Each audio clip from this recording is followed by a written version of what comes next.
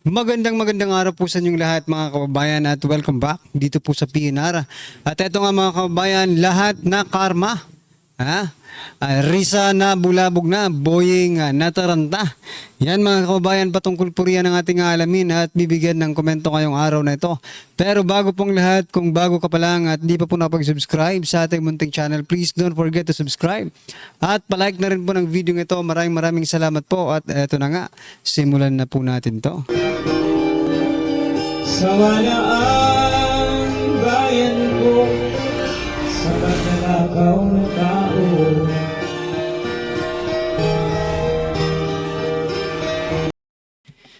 Eto mga kababayan, no, bago natin i-play ang video ito, pasadahan po muna natin ang mga nagtitrending na mga balita dito po sa mundo ng social media. At unahin na nga po natin itong si Risa Hontiveros. Hontiveros to file complaint against or over fake news video, witness tampering. Nako, yan mga kababayan. Mula po ito sa PNA, Philippine News Agency. Senator Risa Hontiveros on Monday said she will file a formal complaint with the National Bureau of Investigation in the connection with the video of witness recanting his Senate testimony. In a press briefing, Hontiveros called the video a clear case of witness tampering and psychological warfare intended to harass victims, threaten her staff, and discredit the Senate investigation into alleged abuses committed by Pastor Apollo Kibuloy and his religious group, Kingdom of Jesus Christ. Yan mga kababayan, no? Magpapatulong si Hontiveros sa NBI sa sinasabi niyang fake news video. Pero teka lang, paano ba magiging fake news yan? Mismong yung subject or yung witness ang umamin, di ba? Paano magiging fake news yan? Yan po ay too personal to be fake news, di ba? Masyado po itong personal para maging fake news mga kababayan. Sa bagay, lahat po ng mga issue ngayon, no? Yung pinaka-shelled po nila, fake news, no? Kahit totoo ang sinasabi, dahil there is so-called fake news, doon po nila ipapasok lahat ng issue laban sa kanila. Pero hindi nyo po malulokong taong bayan, ha? Senator Risa Hontiveros, kahit saan ka pa magpunta, nakadikit na sa'yo ang word na talagang ikaw ay nagbayaran ka. I mean, nagbabayad ka. Ang tawag dyan sa ano? Mahilig kang mag-bribe, di ba? Yan, mahilig kang magplanta ng mga witness to make sure na mananalo ka sa investigasyon, di ba? Paano ba yan? Sa pagkakataong ito ay parang ikaw ay hindi pumapabor sa iyo ang pagkakataon. Ano po ang inyong masasabi dyan kay Senator Risa Hontiveros? Ito pa mga kabayan, pasadahan po natin itong si Senator Coco Pimentel. Sabi niya po dito, sampal sa mukha. Supreme Court likely to side with House if Senate skips BP Sara impeachment trial. Ang balita pong ito ay mula sa Manila Bulletin. Sabi po dito, outgoing Senate Minority Leader Aquilino Coco Pimentel III said that the Supreme Court would most likely to side with House prosecutor if the Senate chooses to outright dismiss the impeachment complaint against Vice President Sara Duterte and skip the constitutionally mandated trial. Alam mo, akala ko pa naman Supreme Court na talaga ang nagsasalita dito, no? Na makikialam na sila. Pero si Pimentel lang naman pala ang nagsasalita dito na ang Supreme Court, no, ay papanig sa House, mga kababayan. Abay, kapag ganyan po ang nangyari, di alams na, Alams na po yan. Pag ganyan po ang nangyari, pati Supreme Court makikiisa na sa House of Representatives. Nako, delikado ang Pilipinas, mga kababayan. Alright, ano po ang inyong masasabi dyan? I-comment nyo na lang at eto pa. Eto rin si Lacson. Nako, sabi niya po nakakahiya yan. Ping Lacson warns versus dismissal of Sara Duterte impeachment rap sa trial. Senator Pampilo Lacson has warned his colleagues against dismissing the impeachment complaint against Vice President Sara Duterte through a mere motion to dismiss as reportedly proposed by the Senate President Escudero. Wala tayong magagawa dyan, Lacson. Kapag hindi pumapabor sa inyo ang pagkakataon, kung ano-anong sinasabi ninyo. Pero naman kapag pumapabor sa inyo ang pagkakataon, no? Kayo po ay tahimik, di ba? Speaking of tahimik, kumusta na kaya si Lito Lapid, di ba? Nanalo eh. Kinukumusta lang natin kasi ang daming issue ng ating bansa ngayon. Tahimik si Senator Lapid. Kumusta ka na, Lapid? Nako po. Yan mga kabayan, ano pong inyong masasabi dyan? Eto, isa pang alyansa. Sabi niya po dito, Soto pati nga ang taong bayan Alam mo, hindi naman ako nag-iisa rito sa sinasabi ko Forthwith, ako, nakikita ko sa feedback ng mga kababayan natin. Nabibesit Nabibesit kayo kasi hindi naman talaga pumapabor sa inyo ang pagkakataon. Soto. Hindi pumapabor sa inyo ang pagkakataon ngayon.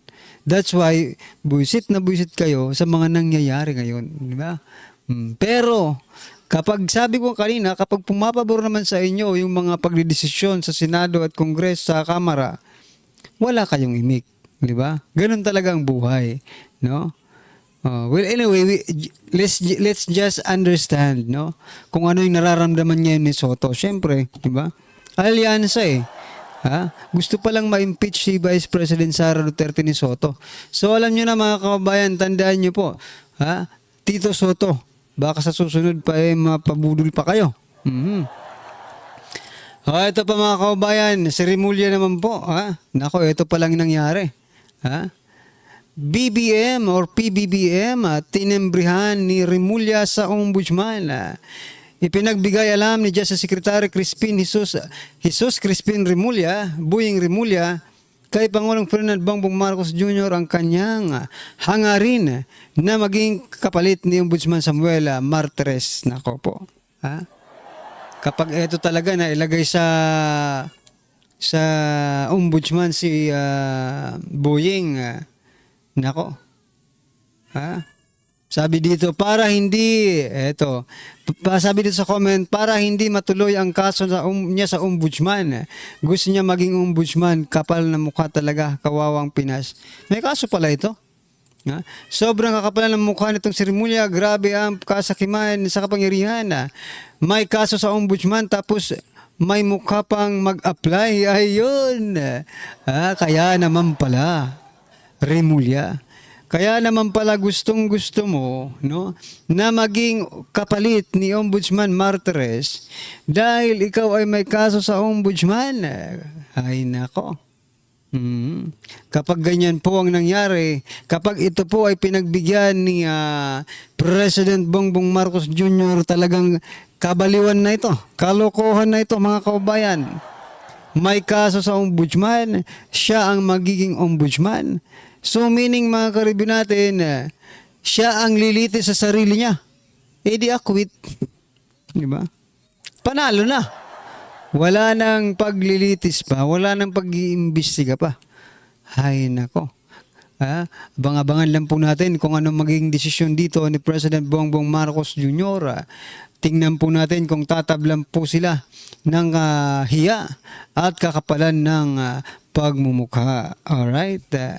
Ito pa mga kabayan, pasadahan po natin. Sabi po dito sa survey, majority of the Filipinos support PH rejoining ICC. Survey says, nako naman, Pati ba naman dito, naglulukuhan pa tayo? Ha? Talaga ba? Tanungin nyo nga yung kapitbahay ninyo. Ha? Oh, tanungin nyo yung mga kapitbahay ninyo, yung mga kaibigan ninyo, yung relatives ninyo. Kung gusto ba nilang maging member ulit tayo ng ICC, pakitanong lang. Baka sakaling makorek ang sorbing ito, mga kababayan. Kasi, tanungin mo sa grounds, wala naman pakialam ang taong bayan sa ICC. They don't care about ICC. Tapos dito sa balita, sa Inquirer.net, sasabihin na, nako, majority of the Filipino. Wala ngang pakialam mga Pilipino. Alam niyo po kung ano may pakialam ng Pilipino ngayon? How to survive each and every day. Ng buhay.